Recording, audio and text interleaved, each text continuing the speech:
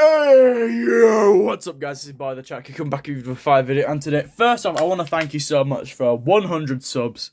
It took 4 years to get here, but I'm not complaining at all. I'm just bloody thankful I got here, you know. And second of all, I'm sorry for missing my upload on Wednesday. I was busy, and I was doing stuff. School is not nice. Anyway, I'm going to be doing a very famous creepypasta called 1999. I will work out who wrote it, although I don't know who wrote it. If it's just by this guy if it's just by a dude called Elliot, I'll try to find out who wrote it after. Anyway, this is going to be a longer episode. This is going to be like a probably multiple episodes thing, like Jeff the Killer was back in the day.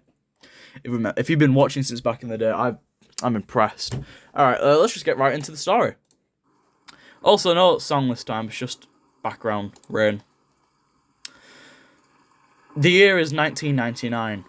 That sentence brings me back to my senior kindergarten class when I was 5 years old, when I used to read out the date on the blackboard every single day.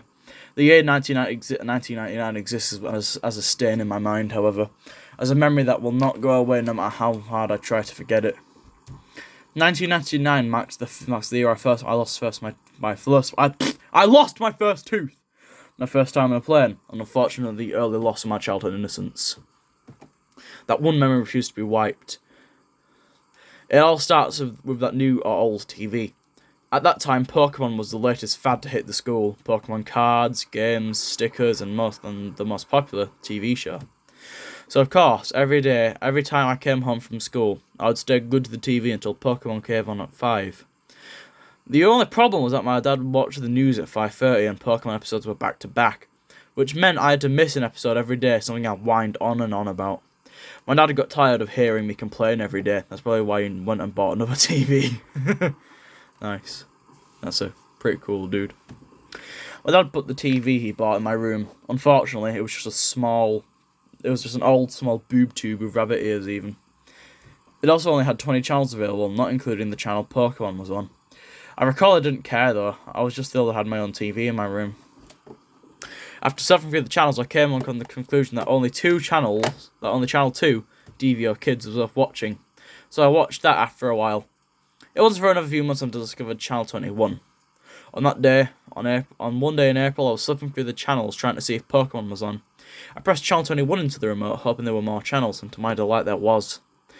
My dad was surprised too, but he let me watch it because it seemed to have kids programs on. The channel was called Caledon Local 21, and I later found out it was indeed broadcast from the town of Caledon, Ontario, a town very close to my city. The shows I saw in Caledon Local 21 looked poorly made, and I never understood what was going on in them half the time. However, as I grew up, every time I thought of that channel, I realised more and more how messed up the shows were, and I began to ask myself, what the fuck was I watching? The following is a list of shows and episodes I remember seeing on Caledon Local 21. How much I remember detail even disturbs me. But I guess things like this stand out in your mind for a while. The channel only ran a few shows because it was the only operational channel between 4 PM and 9 PM. April 1999. Mr. Bear Cellar, episode 12. Very sketchy name if you were to look at it nowadays. The show featured a guy wearing a bear mascot costume who would get a new visitor into his cellar each day. It was always a kid. Ugh, that's not good. The show was filmed with a camcorder, not a very good one either. The police asked me a lot of questions about this show. This episode started with Mr. Bear sitting at a table playing checkers by himself. He sat there playing for a bit until there was a knock at the door. The camera was then looking up at the stairs of the door where there was another knock. Mr. Bear climbed the stairs and opened the door to reveal 2 young children. One was a boy about my age and the other was a girl who looked about 8. Mr. Bear danced in delight and then started talking to the kids. I couldn't hear any of them that well. I remember Mr. Bear then led the kids into the cellar, which was quite dark, only lit by a small oil lamp on the table. I can't remember that much more, except him singing a song which I couldn't hear too well either, but because of that large bear mask. The episode finished with them playing hide and seek with the kids hiding in a closet and Mr. Bear counting. May 1999. Soup and Spoon. I don't think this even was a show. I think it was more of a special movie thing. All I know is that I stopped watching Caledon Local 21 for a while because I thought this show was too stupid. Especially since Pokemon now came on at 4:30 and 5. I don't remember much of this, but it showed a can of soup and a spoon, both attached to strings, swinging back and forth, as if someone was holding them and dangling them in front of the camera. Interestingly enough, the show was shot in a basement, which looked just like the one used in Mr. Bear's cellar. Like I said, I can't remember much. The only thing I can remember clearly was the end. The entire thing was only about half an hour, and just included stuff I found stupid, such as the spoon chasing the spoop around, trying to eat him. The ending showed a tale of about 7 kids sitting around it, each with a bowl of soup in front of them. They were sitting and looking at the camera, but with confused, almost frightened faces. The cameraman then held the can of soup in front of the kids and said, "Spoons ready?" And then it just stopped. July 1999. It was summer, and I hadn't watched Channel 21 for a while, until one day when I slept over at my friend's house, and I decided to check it out again. My friend had got a TV in his room for his 6th birthday, so he stayed up very late. For us, 9:30 was very late. And watched TV. That's when I remembered Channel 21 and brought it up to my friend. We decided to see if it was on, and to our surprise it was. They also changed the broadcasting time. The Mr. Bear Cellar, episode 23. This episode was entertaining for my friend and me, mainly because it had swearing. However, now that I think about this episode, I realise there was definitely something wrong when it was filmed. The episode started with the camera on its side while it was facing Mr. Bear, who was walking upstairs to the cellar door. The camera then blacked out for a second before fading in back at right and facing Mr. Bear. There was another kid talking to him, but this kid looked about 11 or 12. He was talking with Mr. Bear for a while, but I couldn't hear well, again with the crappy camcorder, until the kid started raising his voice. The kid was saying how it was late and he had to go home. You could also hear more voices in the background. I remember Mr. Bear clearly saying, "Get the fuck out, you're not invited," with a deep muffled voice by the bear mask. I remember my friend and I looking at each other and then laughing at the mention of the forbidden F word. The episode got weirder. The kid began climbing the stairs before turning around saying how he was going to call the police. Mr. Best began breaking into a run towards the kid, who started screaming and running as well. The camera then cut out, and that was the end of the episode. The channel then turned to static shortly after. August 1999. I didn't want to watch Channel 21 after that. In August, I grew more curious to see Mr. Bear's cellar for some reason, though. The last episode I saw of Mr. Bear was weird and had swearing, which also made me believe the show was meant for teenagers. Nonetheless, I flipped on Channel 21 when my dad was busy. Mr. Bear's Cellar, episode 28. Apparently, this episode had been playing the entire month of August. It was ordered a lot by the police. The entire episode was just Mr. Bear sitting in a chair talking to the audience. "Hello, kids. Do you want to visit my cellar? If you do, please write me a letter at this address." The screen then switched to a white screen with multicoloured letters reading the address. And that was what remained for the rest of the episode. This repeated for 5 hours every day until September came. Wake me up till September ends. I don't listen to Green Day, so that's the only reference. And guess what I actually did? I sent Mr. Bear, or that sick bastard who portrayed him, a letter. I did it out of curiosity mostly. My dad was okay with it because he thought it was a legit kids show. But then again, he never saw any of what was on Channel 21. So I wrote a letter using my best writing possible. I think it just said how I wanted to meet Mr. Bear. So my dad sent the letter to the address Mr. Bear said on the show. It stayed on all day anyway for some reason. It took about a week to get a response, which I was surprised it did. I saw the letter I received on August 15th, 1999. The letter read, "Dear Elliot, thank you ever so much for your letter. I would love to have you in my cellar. Oh dear. We play games, watch movies, and go fire camping in the middle of the woods. Come to my house at," the police cut out this address, "Caledon, Ontario, Canada. I look very forward to having fun with you.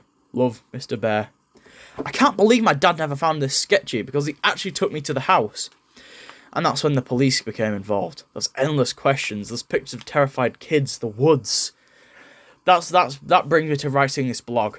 That psycho and his friends did some fucked up shit back then. And I was trying to get into contact with me again. The entire police thing is coming back. That has brought 1999 back to me. Over a decade later, it's happening again. Update, November 14th, 2009. People have been emailing me exactly what happened, asking what exactly happened in 1999. I'll get to that. Those weird TV shows I was watching apparently were meant to attract kids to Mr. Bear's house, but Mr. Bear did shut the entire town. My dad actually drove me to Caledon along with the address Mr. Bear left on the letter. The house was actually in the outskirts of town, in the open farmland. I remember that house. It looked like another older farmhouse that seems to have been built in the early 1900s. The windows were all boarded up and the house looked like in a state of disrepair. As I walked up to the house, I remember my dad checking the address over and over again and looking at the house in disbelief. Then the front door opened. I expected Mr. Bear to be at the door, but I was surprised to see a police officer emerging from the creaking doorway. The officer began talking to my dad while I quickly asked if that was Mr. Bear's house. The officer's face cringed slightly, and he muttered, "Oh God," or something like that. He started talking quietly to my dad so I couldn't hear, although my dad told me to go to the car anyway. And then we just went home. My dad was quiet the whole way home. I felt something strange had happened. My dad never told me what happened for a while. I forgot about it anyway too. Channel 21 no longer came on, and when I asked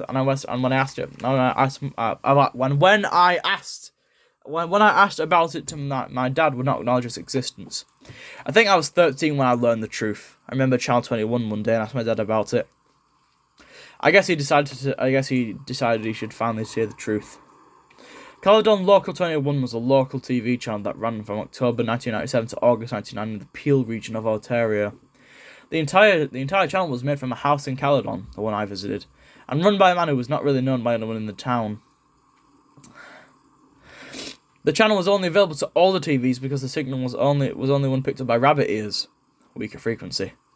This man created all the shows of the channel, all of which were kids' shows. He was Mr. Bear, and he was a mysterious cameraman. The reason he created the channel was more disturbing than one was originally thought. As you can already guess, he kidnapped kids and held them in a cellar.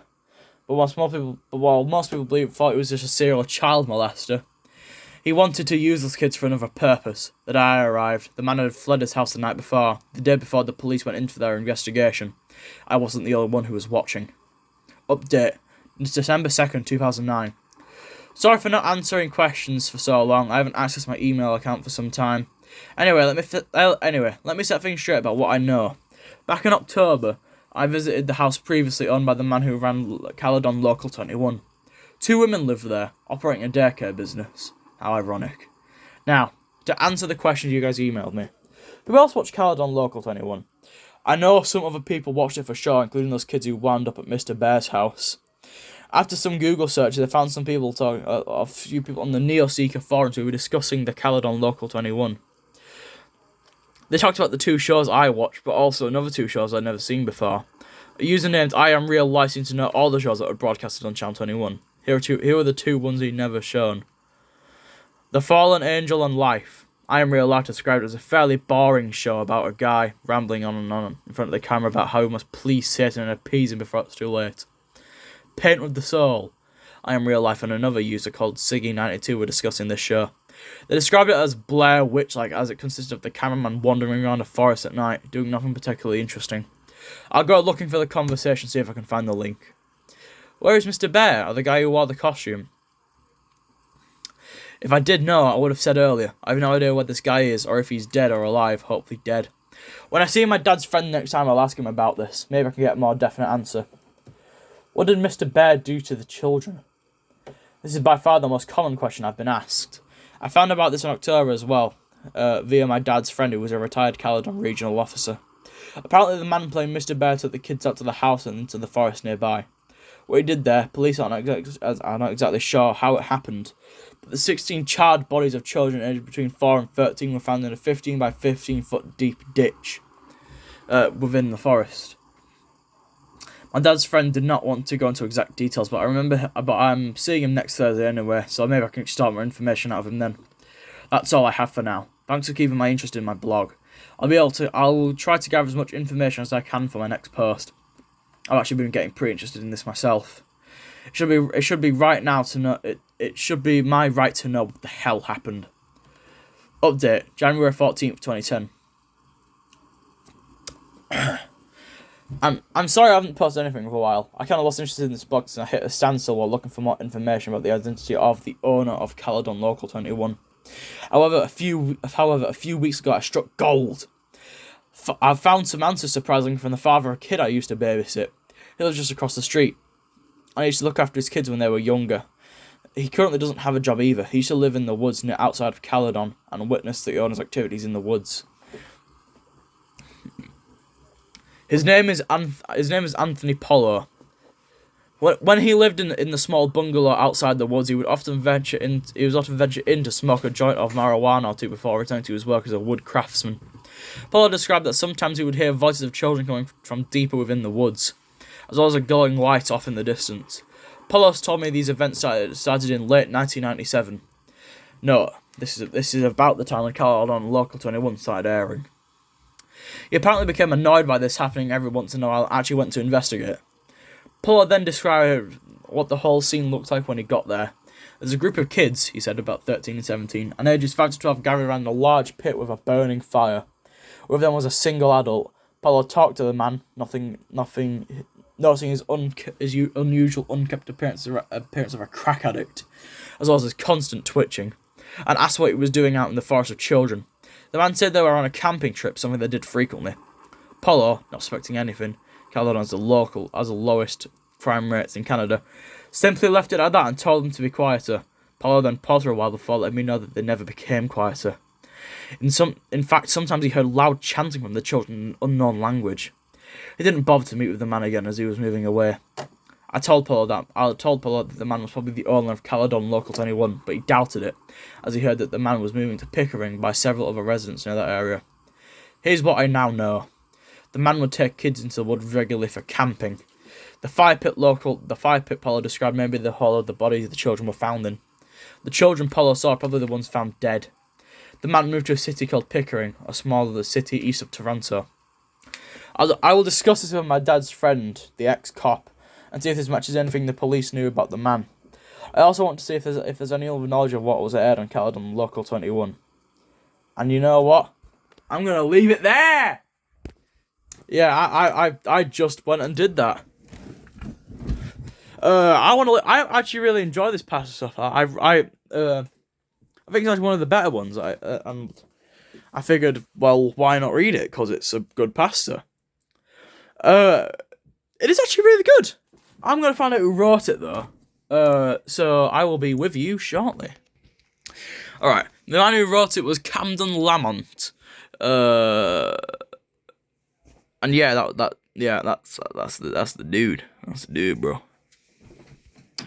That was actually a really good pasta. It's not finished yet, obviously, but I want to thank you guys so much for 100 subscribers. I've never thought I'd honestly get here on because like 100. That's 3 numbers, which is insane,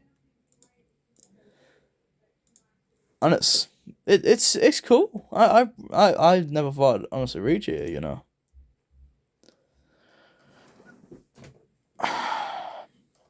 So once after